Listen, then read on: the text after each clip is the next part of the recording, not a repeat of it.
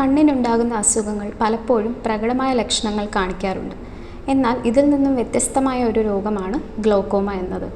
തിമിരം കഴിഞ്ഞാൽ അന്ധതയ്ക്ക് ഏറ്റവും കൂടുതൽ കാരണമാകുന്ന രോഗവുമാണ് ഗ്ലോക്കോമ.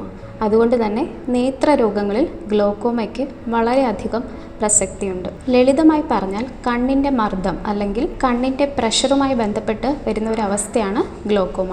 കണ്ണിൻ്റെ പ്രഷർ ഒരു പരിധിക്കപ്പുറം കൂടുകയും അത് കാഴ്ചയുടെ നാഡിയായ ഒപ്റ്റിക് നെർവിനെ ബാധിക്കുകയും ചെയ്യും. ഇങ്ങനെ രോഗികളിൽ കാഴ്ചയുടെ പരിധി വശങ്ങളിൽ നിന്നും കുറഞ്ഞു വരികയും ഒടുവിൽ അന്ധതയ്ക്ക് കാരണമാവുകയും ചെയ്യും. പ്രധാനമായും 2 തരത്തിലാണ് ഗ്ലോക്കോമ കാണപ്പെടുന്നത്. ഇതിൽ തന്നെ പ്രൈമറി ഓപ്പൺ ആംഗിൾ ഗ്ലോക്കോമ എന്ന വിഭാഗമാണ് ഏറ്റവും കൂടുതൽ ശ്രദ്ധിക്കേണ്ടത് അല്ലെങ്കിൽ ഏറ്റവും കൂടുതൽ അപകടകാരി. ഇതിന് പ്രത്യേകമായ ലക്ഷണങ്ങളൊന്നും തന്നെ പ്രകടമാകാറില്ല.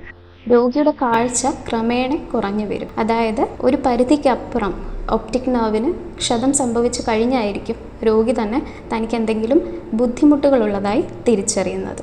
നേരത്തെ സൂചിപ്പിച്ചതുപോലെ രോഗിയുടെ കാഴ്ചയുടെ പരിധിയാണ് ഇവിടെ കുറഞ്ഞു വരുന്നത്. അതായത് വശങ്ങളിൽ നിന്നുള്ള കാഴ്ച അല്ലെങ്കിൽ പെരിഫറിയിൽ നിന്നുള്ള കാഴ്ച ചുരുങ്ങി വരുന്നത് കൊണ്ട് തന്നെ രോഗിയുടെ സെൻട്രൽ വിഷൻ അല്ലെങ്കിൽ നടുവിലത്തെ കാഴ്ചയ്ക്ക് ബുദ്ധിമുട്ടൊന്നും ഉണ്ടാവാറില്ല. 40 വയസ്സിന് മുകളിലുള്ളവർ, പ്രമേഹ രോഗികൾ, ദീർഘമായി സ്റ്റീറോയിഡ് മരുന്നുകൾ ഉപയോഗിക്കുന്നവർ, കുടുംബത്തിൽ തന്നെ മറ്റാർക്കെങ്കിലും ഗ്ലോക്കോമ ഡയഗ്നോസ് ചെയ്തിട്ടുള്ളവർ, ഇവരൊക്കെ തന്നെ കൃത്യമായി കണ്ണിൻ്റെ പ്രഷർ അല്ലെങ്കിൽ കണ്ണിൻ്റെ റെറ്റിനയൊക്കെ പരിശോധിക്കേണ്ടതാണ്.